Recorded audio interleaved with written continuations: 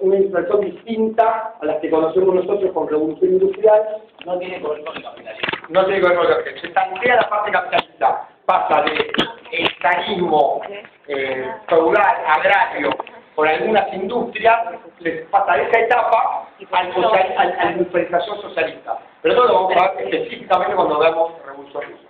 Muy bien, punto 2. ¿Cuál es el punto?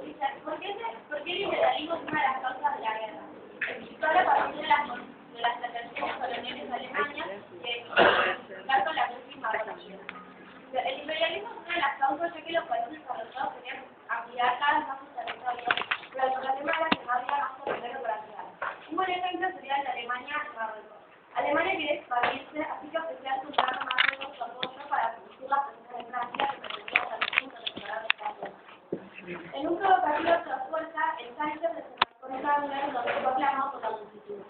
Para resolver esto se convocó la conferencia de Algeciras, las cuales no favoreció a Alemania. El acto de fuerza de Alemania sirvió poco, además de acercar a franceses e ingleses, los cuales ambos pudieron pedir compensaciones por el agravio recibido por Marruecos. Luego de esto, el gobierno estadounidense dio paso a París con excusa de proteger a súbditos alemanes, aunque la realidad era eliminar a los franceses y conseguir una compensación territorial. El resultado fue que Alemania obtuvo la ampliación de su territorio a Camerún a cambio de abandonar las posiciones de Marruecos. Aunque esto no provocó muchas fuerzas armadas, sí provocó conflictos entre los. Muy bien, muy bueno. A ver, ¿qué nos interesa? ¿Qué nos interesa de esta problemática? Alemania quiere más territorio, por eso provoca... ¿Por qué quiere más territorios? Para expandir su mercado. ¿Y por qué no se expandió antes? Porque De ahora. ¿Cómo? porque de ahora. Porque no había tenido un desarrollo tan grande como había tenido. Exactamente. Acá se expanden en crisis. Por eso, perdón, la clave es lo que plantea Ale. Porque la Francia logró desarrollar mucho más temprano. Exactamente. Francia, Inglaterra y Francia se hacen la primera fase de la revolución industrial. ¿Se acuerdan de las dos fases? En el libro dice que Alemania fue mucho después, pero muy rápido. Exactamente. Fue después y muy rápido, pero ese hecho que va después, 30 años después, el gran problema es que ya todo el territorio africano, casi todo el territorio africano, está completado. Entonces, el que más se está industrializando es el que menos mercados tiene. Y como ustedes saben, en el capitalismo, el gran problema es la crisis de sobreproducción.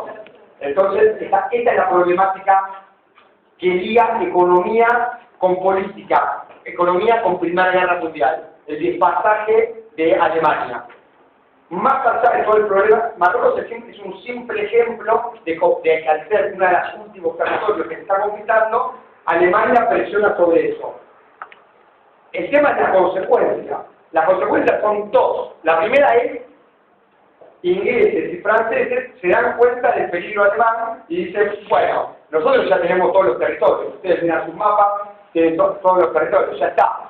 Mejor, ¿por qué no nos unimos, no nos dejamos de pelear nosotros por los territorios y frenamos al principal problema que tenemos ahora, que es Alemania? Y esta unidad inglesa-francesa tiene su correlato en un crecimiento de la tensión y un crecimiento de la carrera armamentística entre las potencias centrales, entre estos tres países que estamos señalando. ¿Está bien?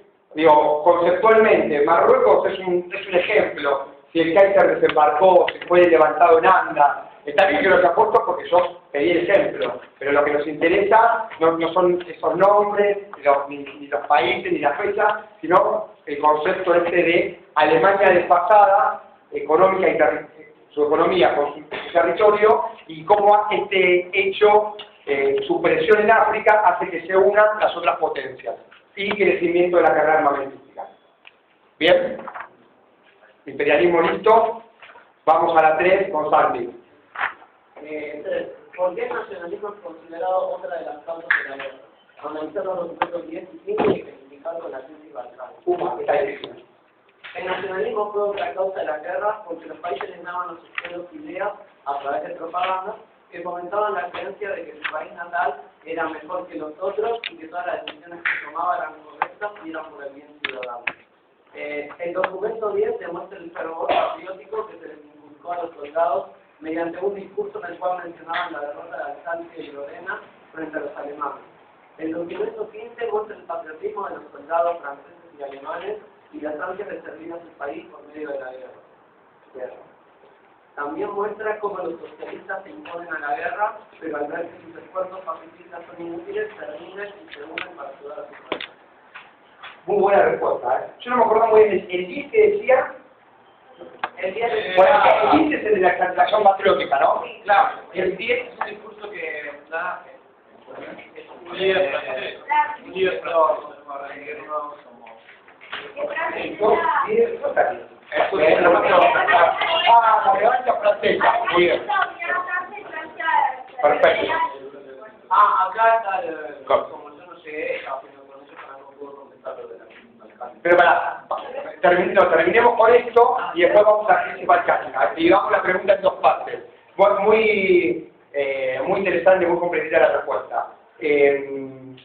A ver, revancha francesa, exaltación patriótica, lo charlamos el otro día sobre los nacionalismos.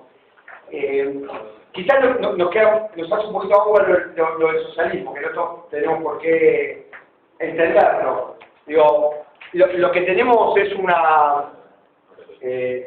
no tenemos una sociedad europea homogénea en principio. Sabemos que tenemos una sociedad europea que está consolidando el capitalismo, consolidando en Occidente las instituciones democráticas y con dos clases fundamentales que ya lo venimos trabajando, obreros y capitalistas, y en esta división de clases actúan partidos políticos. Y en todo el siglo XIX, principios del XX, tenemos un crecimiento fundamental de los partidos obreros y socialistas. No todos se llaman Vox, pero son partidos obreros y socialistas. Se llama Partido Socialista Alemán, Partido Demócrata Socialista. Hay un conjunto de partidos que... ¿Por qué aumenta la clase obrera? Porque quiere decir industrialización. La clase obrera aumenta el número, primero. Aumenta el número. Y no aumenta... Bien, enseguida está claro, industrialización, crecimiento obrero. Ahora bien, no aumenta el número, pero no aumenta ni en derechos políticos, posibilidad de votar, y no aumenta en mejores condiciones de vida. Por esta razón, más adelante en el siglo XX. por estas dos cuestiones de importancia social. Tenemos un grupo social, el grupo social más numeroso del conjunto de la población es la clase social que no tiene derechos políticos porque la burguesía capitalista no da los derechos políticos para todos. ¿Pero que no votaban?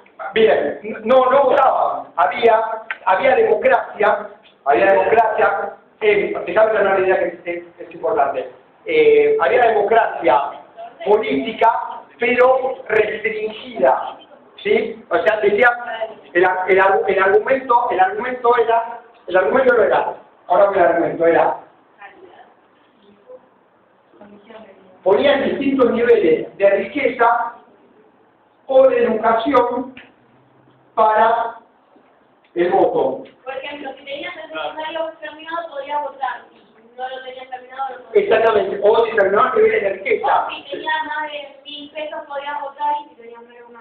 Exactamente. Bien, entonces lo que hacían con esta fórmula era, no es que un hombre, bueno, por supuesto, de Marx está a decir, hay que aclarar muy fuertemente que todas las mujeres estaban fuera también. Pero recién después en Inglaterra empieza el sufragio. Claro, pero déjame ver cómo llegamos al sufragio. Entonces, esta cuestión política de restricción del voto, en Argentina pasa lo mismo, nada más que en Argentina no hay restricción por el tipo de educación, hay fraude directamente en la fraude electoral.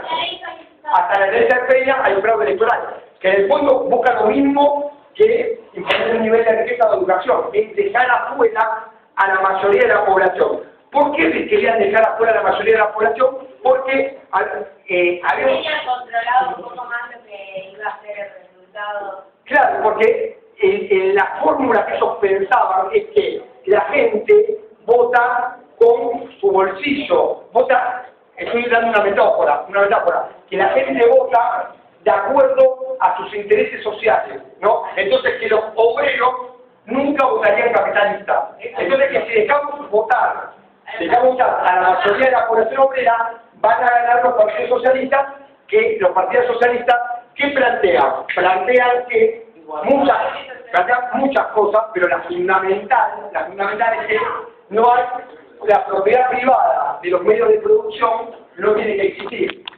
La propiedad